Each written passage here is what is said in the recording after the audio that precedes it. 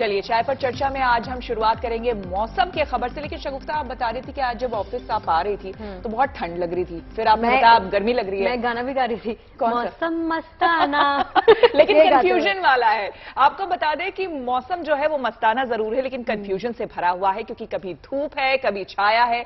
बीते हफ्ते तक सर्द हवाएं सर्दी की मुनादी पीट रही थी, लेकिन इस हफ्ते मौसम एकदम से पलटी मार गया। जैसे मैंने बोला, पलटी मारी है ना इसने। और देखिए, पलटी भी ऐसी वैसी नहीं मारी, बल्कि सुबह सुबह का मिजाज जो है ना कुछ बदला बदला सा है। दोपहर में बदल जाता है, रात में फिर से मौसम करवट लेता है। मतलब सुबह हल्की सर्दी, दिन में चटक धूप और रात को ठंड का एहसास। तो लोग भी देखिए दुविधा में आ गए हैं कि गर्मी की तैयारी करें या फिर सर्दी के मोड में रहें। बिल्कुल।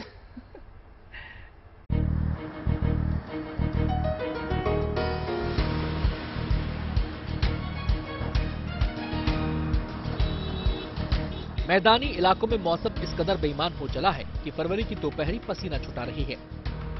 फागुन की बयार भी गर्मी का एहसास करा रही है।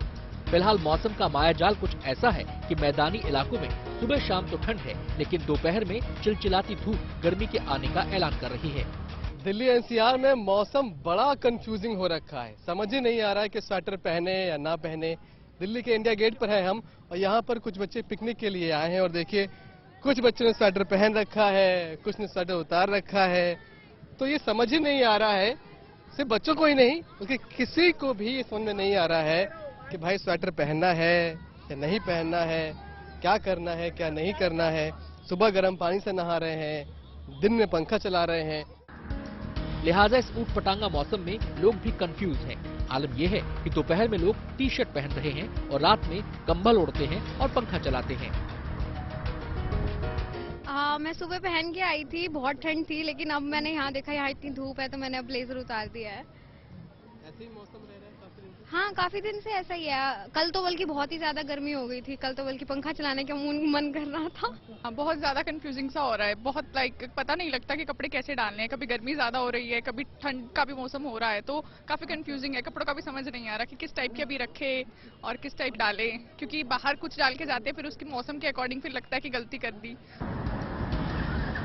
यूं तो देश के ज्यादातर हिस्सों के तापमान में इजाफा हुआ है। मैदानी इलाकों में फरवरी में औसत से ज्यादा गर्मी दर्ज हुई है, लेकिन गुड न्यूज ये है कि अगले 1-2 दिन में पारा गोता लगा सकता है और गर्मी से हल्की राहत मिल सकती है। जो उत्तरी हवाएं हैं उनको ये रोक करके रखते हैं, और उत्तरी हवाएं जब चलती हैं तभी वो तापमान को गिराती हैं, कंट्रोल करती हैं। तो उत्तरी हवाएं सेट नहीं हो पा रही, इसीलिए ये जो तापमान है बढ़े हुए हैं। अभी ये जो वेस्टर्न डिस्टर्बेंस निकला है उसके पीछे दूसरा वेस्टर्न डिस्टर्बेंस 26 तारीख को आएगा, तो 22 से 24 के बीच में थोड़ा सा ड्रॉप हो सकता है। आने वाले दिनों की बात करें तो हम एक्सपेक्ट कर रहे हैं कि अभी एक वेस्टर्न डिस्टर्बेंस है, जो उसका अभी आज ही असर रहने की उम्मीद है।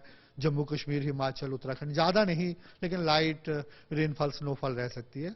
उसके बाद नॉर्थ वेस्ट इंडिया में थोड़ा सा टेम्परेचर बाय अबाउट 2 डिग्री गिर सकता है। मौसम विभाग की माने तो 23 फरवरी तक उत्तर पूर्व भारत के इलाकों में बारिश के आसार हैं। वहीं अरुणाचल प्रदेश में आज और कल भारी बारिश देखने को मिल सकती है। पहाड़ी इलाकों में भी बर्फबारी और बारिश के आसार हैं। ऊपरी क्षेत्र के जिले चंबा, सिरमौर, किन्नौर, कुल्लू, मंडी, इन इलाकों में संभावना है कि ऊपर के एरियाज में बर्फबारी, और नीचे प्लेन्स में भी है। 1-2 जगह पे जो है बारिश और हल्की बारिश और उसका संभावना है विंड का। असम, मेघालय, नागालैंड और मणिपुर में गरज के साथ तेज हवाएं चल सकती हैं। इसके अलावा पश्चिमी हिमालय क्षेत्र में हल्की बारिश या बर्फबारी देखने को मिल सकती है। वहीं नॉर्थ पंजाब के हिस्सों में भी हल्की बारिश हो सकती है। इसके अलावा देश के बाकी हिस्सों में मौसम में कोई खास बदलाव नहीं देखा जाएगा, लेकिन पहाड़ी इलाकों की बर्फबारी और बारिश का असर मैदानी इलाकों में दिख सकता है और मैदानी इलाकों में गर्मी से हल्की राहत मिल सकती है। दिल्ली से मनीष चौरसिया के साथ bureau report, good news today. तो मौसम की ये माया मैदानी इलाकों में ज्यादा दिखाई दे रही है, और इस मायाजाल से दिल्ली एनसीआर भी अछूते नहीं। आलम यह है कि आपको टी शर्ट पहने लोग भी दिल्ली एनसीआर में सड़कों पर मिल जाएंगे, और स्वेटर पहने भी। बिल्कुल, दुविधा ये भी है कि सर्दी के कपड़े पैक करें या नहीं। सुबह नहाते हैं तो गर्म पानी से, और दिन में इच्छा होती है कि ठंडा पानी पी लें। और जब मौसम दुविधा में डाले तो सेहत का ख्याल रखना जरूरी हो जाता है। कुछ सावधानियां बरतने में ही भलाई है। महीना फरवरी का है, लेकिन मौसम अप्रैल मई वाली तपिश की गवाही दे रहा है। सूरज की किरणें चुभने लगी हैं और हल्की ठंड के मौसम में ठंडी हवाओं का मानो अकाल पड़ गया है। 17 साल बाद मौसम ने अनोखी चाल चली है और फरवरी के दिनों में पारा 33 डिग्री तक जा पहुंचा है। लोग मौसम के इस रुख से हैरान हैं। फरवरी के महीने में पारा रिकॉर्ड तो तोड़ रहा है, लेकिन मौसम का मिजाज एक सा नहीं है। दिन में गर्मी लगती है तो सुबह और रात में हल्की ठंड भी कायम है। देखिए 35 डिग्री टेम्परेचर है। सुबह के टाइम गर्मी होती है, इस टाइम इतनी गर्मी लग रही, सुबह के टाइम इतनी ठंड होती है कि बच्चे सोचते हैं कि स्वेटर पहने या ना पहने, और इस मौसम में बच्चा बीमार बहुत जल्दी हो रहा है। नॉर्मल नहीं है, बट मॉर्निंग टाइम पे ज्यादा वो होती है, शीत होती है, ठंडा हो जाता है, तो उससे मतलब सेहत के लिए थोड़ी सी दिक्कत है। जाहिर है मौसम का ये बिगड़ा अंदाज सेहत के लिहाज से लोगों की चिंताएं बढ़ा रहा है। डॉक्टर भी इस फरेबी मौसम से बचने की सलाह दे रहे हैं और सावधानियां बरतने को कह रहे हैं। डाइट मेंटेन करनी है और साथ में फ्रूट्स जो अवेलेबल हैं जैसे सिट्रस फ्रूट्स हैं उनका सेवन जो है वो बहुत अच्छा इफेक्ट करता है। इसके साथ साथ एक्सरसाइज और अपने बॉडी को हेल्दी रखना, योगा करना, इन चीज़ों से भी बहुत पॉजिटिव प्रभाव जो है वो बॉडी पे पड़ता है। जो गर्मी मार्च के आखिर या अप्रैल में महसूस होती थी वो फरवरी की दहलीज तक आ पहुंची है। हालांकि आंकड़े बता रहे हैं कि ये 55 साल में तीसरी मर्तबा है जब गर्मी ने फरवरी का मिजाज गर्मा दिया है। साल 2006 में तो 26 फरवरी को ही पारा 34 डिग्री तक जा पहुंचा था। बहरहाल लोग अभी यही सोच रहे हैं कि आने वाले दिनों में क्या होगा। मौसम की चाल और मौसम के मिजाज पर नजर रखने वालों का कहना है कि फरवरी की गर्माहट नई नहीं है, अलबत्ता ये मौसम सेहत के लिहाज से जरूर चिंता की बात है। ऐसे में गर्मी और सर्दी के बीच झूलते मौसम में आपको अपनी सेहत का ख्याल रखना है। कई सालों बाद टेम्परेचर फरवरी में इतना ज्यादा 31 डिग्री और 32 डिग्री के बीच पहुंचा है, लेकिन अब आने वाले वक्त में मौसम विभाग का यही कहना है कि कम से कम दिल्ली एनसीआर का जो टेम्परेचर है वो अब लगातार बढ़ने वाला है और दिल्ली गर्मी की तरफ बढ़ने वाली है। कैमरामैन शैलेंद्र के साथ मनीष रसिया, गुड न्यूज टुडे, दिल्ली। देखिए मौसम का मायाजाल दिल्ली एनसीआर और उत्तर भारत के मैदानी इलाकों को दुविधा में डाले हुए है, लेकिन गुजरात के सूरत में तस्वीर बिल्कुल जुदा है। यहां गर्मी का असर दिखने लगा है। धूप लोगों को अभी से चुभने लगी है और वो गर्मी से बचने के तरीके अपनाने लगे हैं। मतलब जो पहले कंफ्यूजन की बात कर रही थी वो यहाँ क्लैरिटी हो गई है। देखिए मौसम की इस बेरुखी के बीच में ना अच्छी खबर मौसम विभाग ने दे दी है, यानी आने वाले दिनों में गुजरात में ऐसे मौसम से राहत मिल सकती है। पारे में 3 डिग्री तक गिरावट आ सकती है।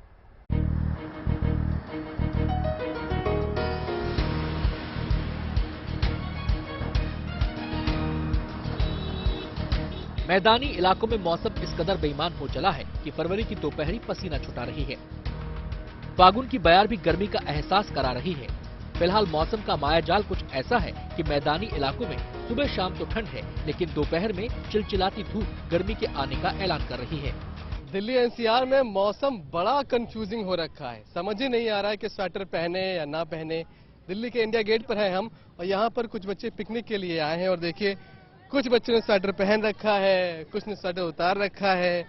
तो ये समझ ही नहीं आ रहा है, सिर्फ बच्चों को ही नहीं बल्कि किसी को भी ये समझ में नहीं आ रहा है कि भाई स्वेटर पहनना है या नहीं पहनना है, क्या करना है क्या नहीं करना है। सुबह गर्म पानी से नहा रहे हैं, दिन में पंखा चला रहे हैं। लिहाजा इस ऊट पटांगा मौसम में लोग भी कंफ्यूज हैं। आलम यह है कि दोपहर में लोग टी शर्ट पहन रहे हैं और रात में कंबल ओढ़ते हैं और पंखा चलाते हैं। मैं सुबह पहन के आई थी, बहुत ठंड थी, लेकिन अब मैंने यहाँ देखा यहाँ इतनी धूप है तो मैंने अब ब्लेजर उतार दिया है। ऐसे ही मौसम रह रहा है काफी दिन से? हाँ काफी दिन से ऐसा ही है। कल तो बल्कि बहुत ही ज्यादा गर्मी हो गई थी, कल तो बल्कि पंखा चलाने का मन कर रहा था। हाँ, बहुत ज्यादा कंफ्यूजिंग सा हो रहा है। बहुत पता नहीं लगता कि कपड़े कैसे डालने हैं। कभी गर्मी ज्यादा हो रही है, कभी ठंड का भी मौसम हो रहा है, तो काफी कंफ्यूजिंग है। कपड़ों का भी समझ नहीं आ रहा कि किस टाइप के अभी रखे और किस टाइप डाले, क्योंकि बाहर कुछ डाल के जाते हैं फिर उसकी मौसम के अकॉर्डिंग फिर लगता है कि गलती कर दी। यूं तो देश के ज्यादातर हिस्सों के तापमान में इजाफा हुआ है। मैदानी इलाकों में फरवरी में औसत से ज्यादा गर्मी दर्ज हुई है, लेकिन गुड न्यूज ये है कि अगले 1-2 दिन में पारा गोता लगा सकता है और गर्मी से हल्की राहत मिल सकती है। जो उत्तरी हवाएं हैं उनको ये रोक करके रखते हैं और उत्तरी हवाएं जब चलती हैं तभी वो तापमान को गिराती हैं, कंट्रोल करती हैं। तो उत्तरी हवाएं सेट नहीं हो पा रही, इसीलिए ये जो तापमान है बढ़े हुए हैं। अभी ये जो वेस्टर्न डिस्टर्बेंस निकला है उसके पीछे दूसरा वेस्टर्न डिस्टर्बेंस 26 तारीख को आएगा, तो 22 से 24 के बीच में थोड़ा सा ड्रॉप हो सकता है। आने वाले दिनों की बात करें तो हम एक्सपेक्ट कर रहे हैं कि अभी एक वेस्टर्न डिस्टर्बेंस है जो उसका अभी आज ही असर रहने की उम्मीद है। जम्मू कश्मीर, हिमाचल, उत्तराखंड ज्यादा नहीं लेकिन लाइट रेनफॉल, स्नोफॉल रह सकती है। उसके बाद नॉर्थ वेस्ट इंडिया में थोड़ा सा टेम्परेचर बाय अबाउट 2 डिग्री गिर सकता है। मौसम विभाग की माने तो 23 फरवरी तक उत्तर पूर्व भारत के इलाकों में बारिश के आसार हैं। वहीं अरुणाचल प्रदेश में आज और कल भारी बारिश देखने को मिल सकती है। पहाड़ी इलाकों में भी बर्फबारी और बारिश के आसार हैं। ऊपरी क्षेत्र के जिले चंबा, सिरमौर, किन्नौर, कुल्लू, मंडी, इन इलाकों में संभावना है कि ऊपर के एरियाज में बर्फबारी और नीचे प्लेन्स में भी है। एक दो जगह पे जो है बारिश और हल्की बारिश और उसका संभावना है विंड का। और फरवरी में बढ़ते पारे ने सबको परेशान करना शुरू कर दिया है। मैदान ही नहीं, पहाड़ों पर पारे के चढ़ने से लोग निराश होने लगे हैं। पता नहीं गर्मी आगे क्या गुल खिलाएगी। लेकिन परेशान ना हो, क्योंकि हम आपके लिए एक गुड न्यूज लेकर आए हैं। मौसम विभाग ने कहा है कि आने वाले 1-2 दिनों में पहाड़ी इलाकों में बर्फबारी और बारिश होने के आसार हैं, जिससे न सिर्फ पहाड़ी इलाके बल्कि मैदानी इलाकों में भी मौसम ठंडा होगा।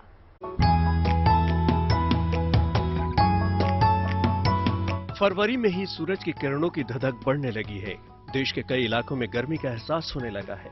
फरवरी में ही पारा चढ़ने से लोगों के चेहरे पर चिंता की लकीरें आने लगी हैं। पहाड़ों में भी गर्मी हो रहा है, अभी फरवरी चल रहा है, अभी इतना हॉट हो रहा है तो बाद में बहुत दिक्कत आएगा। गर्मियाँ जल्दी आ गई है। जैसे पिछले कुछ सालों में हम देख रहे थे कि बर्फबारी ज़्यादा होती थी, तो इस साल मौसम जल्दी चेंज हो गया है। लेकिन आपको घबराने की बिल्कुल भी जरूरत नहीं है, क्योंकि मौसम विभाग ने दी है गुड न्यूज। मौसम विभाग ने कहा है कि आने वाले दिनों में देश के पहाड़ी इलाकों में बारिश और बर्फबारी हो सकती है। दरअसल पहाड़ी इलाकों में एक पश्चिमी विक्षोभ सक्रिय होने वाला है, जिसके चलते बर्फबारी और बारिश होगी और तापमान में गिरावट दर्ज होने की उम्मीद है। अभी से शिमला के आसमान में बादलों ने डेरा जमा लिया है। मौसम विभाग का ये भी कहना है कि इस बार जाड़े में बहुत कम वेस्टर्न डिस्टर्बेंस सक्रिय हुए, जिसके चलते वक्त से पहले ही तापमान में बढ़ोतरी देखी जा रही है। बैकग्राउंड में क्लाइमेट चेंज बड़ा फैक्टर है, उसका असर जरूर है, लेकिन प्राइमरली अगर बात की जाए तो पश्चिम विक्षोभ कम आना, जो कि अमूमन अच्छे आते हैं खासकर जनवरी और फरवरी में, और अच्छा स्नोफॉल देते हैं। तो नॉर्थ वेस्टली विंड्स आती हैं तो प्लेन्स में वो टेम्परेचर को कम करती हैं, तो वो इस साल नहीं देखने को मिल रहा अभी तक। मौसम विभाग के मुताबिक भले ही मैदानी इलाकों में बारिश न हो, लेकिन बादल छाए रहने से भी लोगों को ठंड का एहसास होगा। इसके अलावे पहाड़ों की बर्फबारी का असर भी मैदानों में देखने को मिलेगा, जिससे पारा भी लुढ़केगा। शिमला से विकास शर्मा के साथ bureau report, good news today. और अब आपको मेघालय के एक गांव की दिलचस्प कहानी बताते हैं। एक खास वजह से इस गांव की अलग पहचान बन गई है। हम बात कर रहे हैं व्हिस्लिंग विलेज के नाम से मशहूर कोंगथोंग गांव की। देखिए, इस गांव को व्हिस्लिंग विलेज इसलिए कहते हैं क्योंकि यहां किसी शख्स की पहचान उसके नाम से नहीं होती, बल्कि एक खास किस्म की सीटी या आवाज से होती है। एक अनूठी परंपरा ये भी है कि जब इस गांव में किसी बच्चे का जन्म होता है तो मां बच्चे के लिए कोई खास धुन भी बनाती है।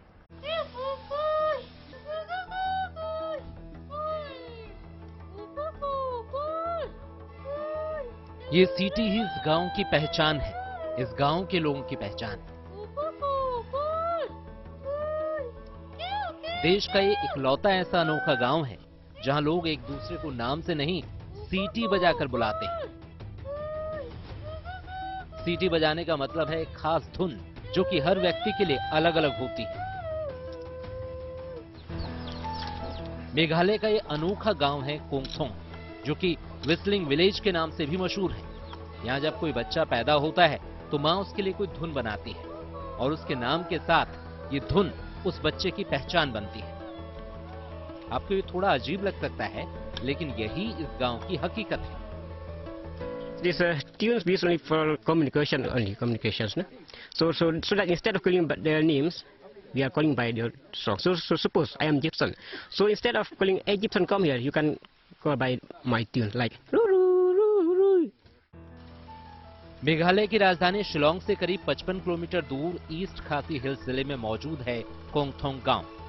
पक्की सड़कें, पक्के मकान, बड़ी गाड़ियां, विकास की बयार से गांव अछूता नहीं है। हर घर जल की सुविधा भी इस पहाड़ी गांव तक पहुंच गई है। अपने प्राकृतिक सौंदर्य और विशिष्ट संस्कृति के लिए मशहूर कोंगथोंग संयुक्त राष्ट्र विश्व पर्यटन संगठन के सर्वश्रेष्ठ पर्यटन गांव की लिस्ट में शामिल है। इस गांव को सांसद राकेश सिन्हा ने गोद लिया है। इस गांव की आबादी 700 के करीब है। इसका मतलब ये है कि एक समय में यहाँ 700 से ज्यादा धुनें सुनी जा सकती हैं। इस गांव में सड़क के किनारे चलते समय आपको सीटी की कई आवाजें सुनाई देंगी। ये परंपरा कहां से आई कोई नहीं जानता, लेकिन ऐसा माना जाता है कि ये रीति रिवाज इस गांव की स्थापना के बाद से अस्तित्व में है।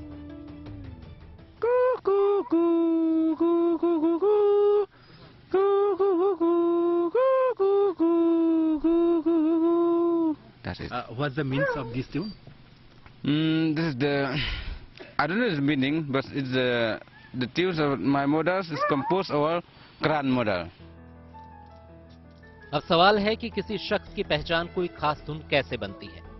दरअसल जब भी कोई महिला गर्भवती होती है तो वो अपने बच्चे के लिए लोरी के बारे में सोचती है। ये कोई धुन होती है।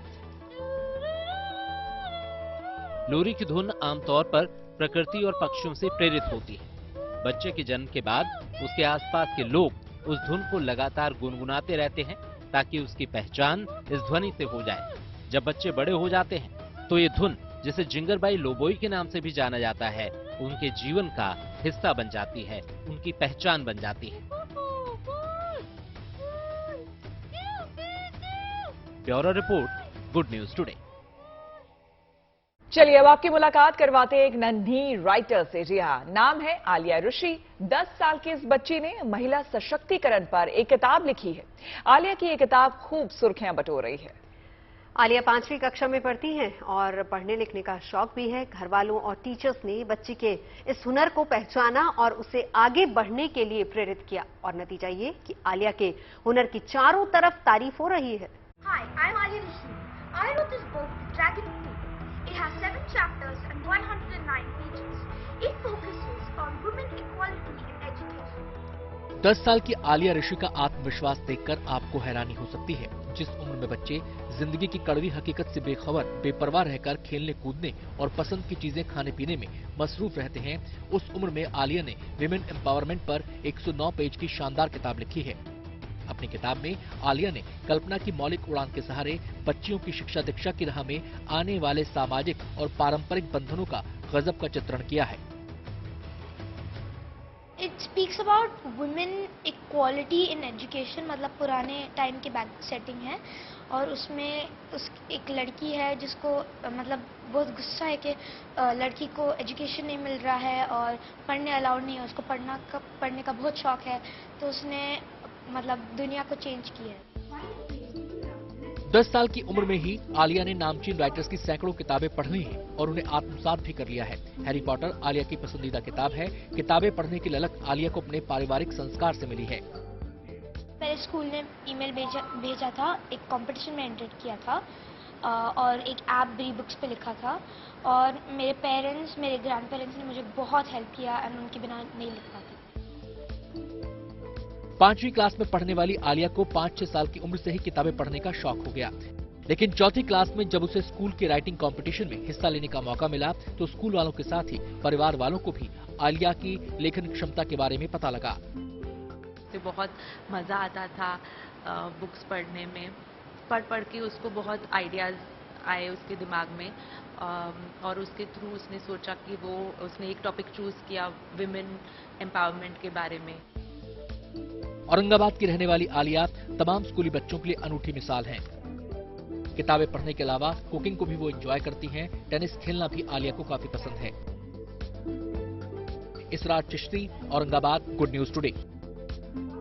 बात कर लेते हैं रैपिड रेल की। दिल्ली से मेरठ के बीच चलने वाली रैपिड रेल प्रोजेक्ट पर तेजी के साथ काम चल रहा है और तैयारी इसके पहले सेक्शन को खोलने की जा रही है। रैपिड रेल का ये पहला सेक्शन 17 किलोमीटर लंबा होगा।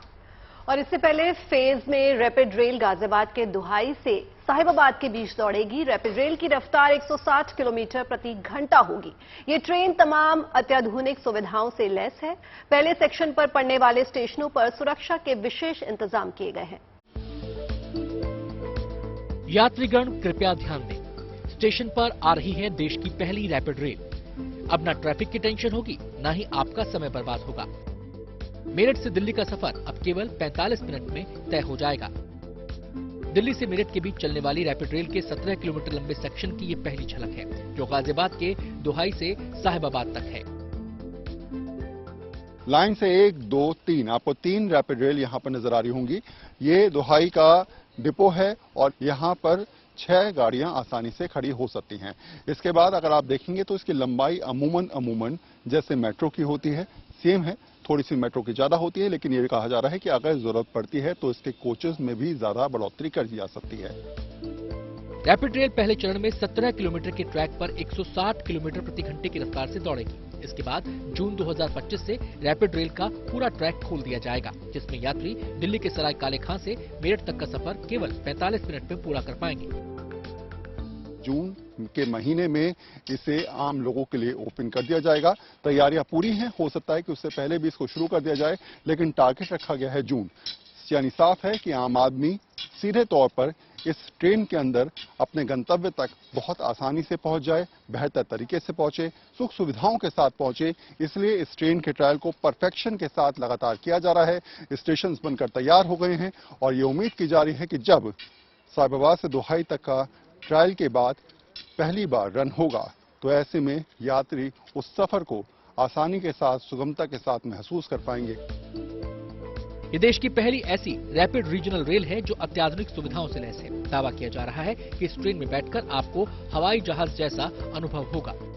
जाहिर है, जब रैपिड रेल अत्याधुनिक सुविधाओं से लैस है तो उसका स्टेशन भी उतना ही खास होगा। स्टेशन पर दुर्घटनाओं को रोकने के लिए खास इंतजाम किए गए हैं और यात्रियों को वर्ल्ड क्लास सुविधाएं मुहैया कराई जानी है। दिल्ली से मेरठ तक के सफर में यात्रियों की सुख सुविधाओं का विशेष तौर पर ध्यान रखा गया है। यहाँ पर PSG लगाए गए हैं। इसका फायदा क्या होता है? एक तो ये कि जब तेज रफ्तार में कोई भी ट्रेन आ रही होती है तो ऐसे में यात्रियों की सेफ्टी रहती है और कहीं ना कहीं कई बार आपने सुसाइड की बात सुनी होगी या यात्रियों को गिरने की बात सुनी होगी, तो ऐसे में PSG एक विशेष तौर पर सेफ्टी देते हैं। रैपिड रेल की शुरुआत के बाद न सिर्फ दिल्ली से मेरठ का सफर 45 मिनट का रह जाएगा, बल्कि लोगों को जाम और प्रदूषण से भी छुटकारा मिलेगा। Varun Sinha, Ghaziabad, good news today. और चलिए अब आपको बताते हैं एक अनोखी प्रेम कहानी के बारे में। जी हाँ, ये लव स्टोरी है मुलायम और इकरा की। दोनों के बीच वर्चुअल लूडो खेलते खेलते लव हुआ और प्यार के खेल में बात आगे बढ़ी, लेकिन दोनों के दरमियां फासला सरहदों का था। मुलायम इंडिया से है और इकरा का ताल्लुक पाकिस्तान से। दोनों चोरी छिपे अपने घरों से भागे और नेपाल में जाकर शादी कर ली और फिर बिहार के रास्ते भारत आ गए। ये जोड़ा पहचान छिपाकर कानून को धोखा देकर सुकून से बेंगलुरु में रह रहा था कि एक फोन कॉल ने इकरा की हकीकत सुरक्षा एजेंसियों के सामने ला दी। खुफिया एजेंसियों ने इकरा को उस समय पकड़ा जब वो पाकिस्तान में अपने घर वालों से संपर्क करने की कोशिश कर रही थी। इसके बाद इकरा को भारत पाक सीमा पर अधिकारियों के हवाले कर पाकिस्तान भेज दिया गया। अब बात उस दोस्ती की जिसकी मिसाल मिलना मुश्किल है। ये दोस्ती एक परिंदे और इंसान की है। तस्वीरें उत्तर प्रदेश से आई हैं। ये कहानी है आरिफ और सारस की दोस्ती की। और इसको यूं समझिए, देखिए यूपी के अमेठी में आरिफ और सारस की ये बेमिसाल दोस्ती पूरे इलाके में चर्चा बन गई है। आरिफ को ये सारस अपने खेत में घायल अवस्था में मिला था। आरिफ उसे घर ले आया, उसका इलाज करवाया। अब ये पक्षी आरिफ के परिवार का हिस्सा बन गया है। बाइक का पीछा करते इस विशालकाय सारस पक्षी को देखकर आपके मन में कई तरह के सवाल खड़े हो रहे होंगे। किसी सारस को इस तरह बाइक का पीछा करते शायद आप पहली बार देख रहे हो। इतनी लो फ्लाइंग जोन में किसी पक्षी को इतनी लंबी दूर तय करते भी शायद आप पहली बार देख रहे हो। आप सोच रहे होंगे कि आखिर माजरा क्या है। दरअसल ये सारस और इंसान की बेमिसाल दोस्ती की अनूठी दास्तां है। यूपी में अमेठी के मंडका गांव में रहने वाले आरिफ और इस सारस की दोस्ती की मिसाल आसपास के इलाके में चर्चा का विषय बन चुकी है। सारस पक्षी का 30 साल के आरिफ से इतना गहरा लगाव हो चुका है कि आरिफ कहीं भी जाए सारस उनका साथ नहीं छोड़ता।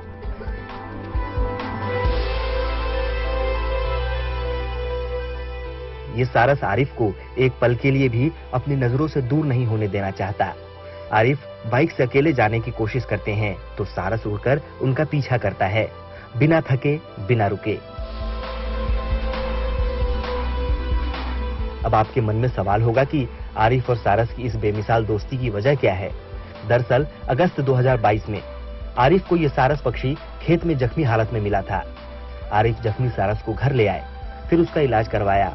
पूरी तरह ठीक होने के बाद सारस ने आरिफ के एहसान को ताउम्र ना भुलाने की बेजुबान शपथ ले ली और अब वो इसी शपथ को निभा रहा है। ये सारस अब आरिफ के पूरे परिवार से जुड़ चुका है, लेकिन आरिफ के प्रति इसकी संवेदना अद्भुत है। कृतज्ञता का भाव इंसान ही नहीं हर जीव में होता है। एक बार अगर आप किसी पशु या पक्षी के संकट काल में काम आ गए तो वो एहसान नहीं भूलता। जरूरत पड़ने पर वो आपके लिए अपने प्राण भी न्यौछावर कर सकता है। ये भाव इंसान में भी होता है, लेकिन पशु पक्षी और इंसान में फर्क ये है कि इंसान को संकट से बचाने के बाद भी कृतज्ञता की गारंटी सुनिश्चित नहीं होती, जबकि पशु पक्षी जब तक जिएंगे एहसान का कोमल एहसास आपको कराते रहेंगे। ये सारस इसी बात की गवाही दे रहा है। अमेठी से अभिषेक त्रिपाठी, गुड न्यूज टुडे।